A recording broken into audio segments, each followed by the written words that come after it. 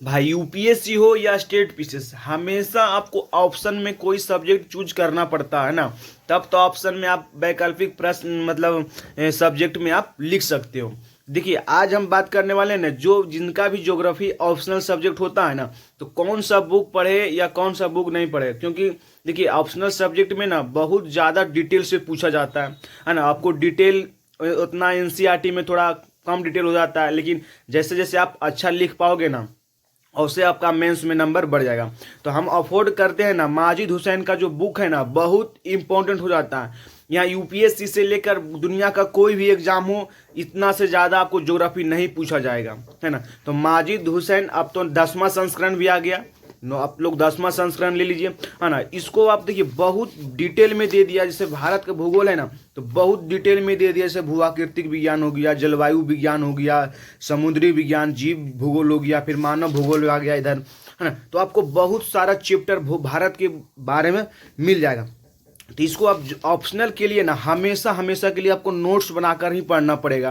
क्योंकि नोट्स बनाने के समय आपको 50% हमेशा आप लिखते समय याद हो जाएगा, है ना। तो आप स्ट्रक्चर मतलब भारत की थोड़ा सा इतना आपको संरचना देख लेना है। तो संरचना में आपको आर्कियन हो जाएगा, जितना जितना प्रकार की चट्टाने की बात हो जाएगी, भारत के भूआकृतिक हो जाएगा, फिर डार्निंग सिस्टम हो गया, क्लाइमेट हो गया, natural vegetation and national park हो जाएगा, सॉइल हो जाएगा, है ना।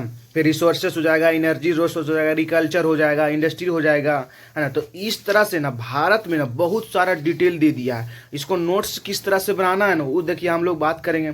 जैसे भौगोलिक संरचना की बात हो गया, तो भौगोलिक संरचना में आर्कियन आ गया, धारवाड़ आ गया, कुड़प्पा आ गया, क्वांट्री, टर्सरी, गोंडवाना, डर्सपी, बिनन, करेवा हो गया, है ना। तो सारा आपको देखिए इसमें मिला होगा, है ना। जैसे देखिए यहाँ पर सारा चीज़ आपको मिल जाएगा। जैसे आर्कियन हो गया, देखिए यहाँ पर आर्कियन हो गया, है ना। फिर देखिए डायग्राम इस तरह से आपको ड्रॉ कर देना। इस तरह से ड्रॉ करने से ना हमेशा आपको माइंड में क्या हो जाएगा, सेटअप हो जाएगा, है ना। फिर से देखिए कुड़प्पा चट्टान हो गया, धारवाड़ चट्टान हो गया, है ना। देखिए कुड़प्पा चट्टान के बारे में हो गया। उसके बाद देखिए विंध्यन चट्टान हो गया, है ना। द्रवियन हो गया, विंध्यन हो गया।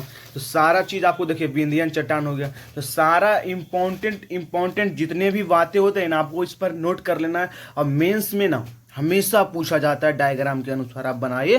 देखिए डायग्राम के अनुसार आप ये कर सकते हो। तो इस तरह से आप अगर नोट्स बनाते हो ना माजिद हुसैन बुक के लिए, तो बहुत इंपॉर्टेंट हो जाता है ना। पीटी और मेंस के लिए तो आपको कहना ही नहीं, ऑप्शनल के लिए आपको एक अच्छा सोर्स मिल जाता है माजिद हुसैन, है ना। तो इसे अफोर्ड करें, इस तरह से आप अगर नोट्स बनाएं, डायग्राम ड्रॉ करते करते आप यहाँ से, ताकि आप मेंस एग्जाम जब लिख सकते हो ना, तो इसमें आप डायग्राम वहाँ भी छोटा सा आप ड्रॉ कर सकते हो, ताकि आपको एग्जामिनर ना कोई दिक्कत वाली बात नहीं कहे।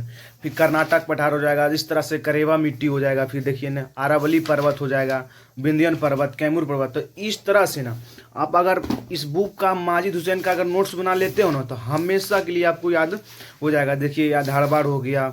तो इस बुक को आप ज़रूर से ज़रूर नोट्स बनाने का प्रयास कीजिए। और बहुत ज़्यादा मतलब डीप इसमें पूछा हुआ भारत का भूगोल है। तो इसका ऑप्शनल के लिए ना जरूर पढ़ें इस बुक को। ऑप्शनल में बहुत ज़्यादा इसमें डिटेल हो जाता है ना। तो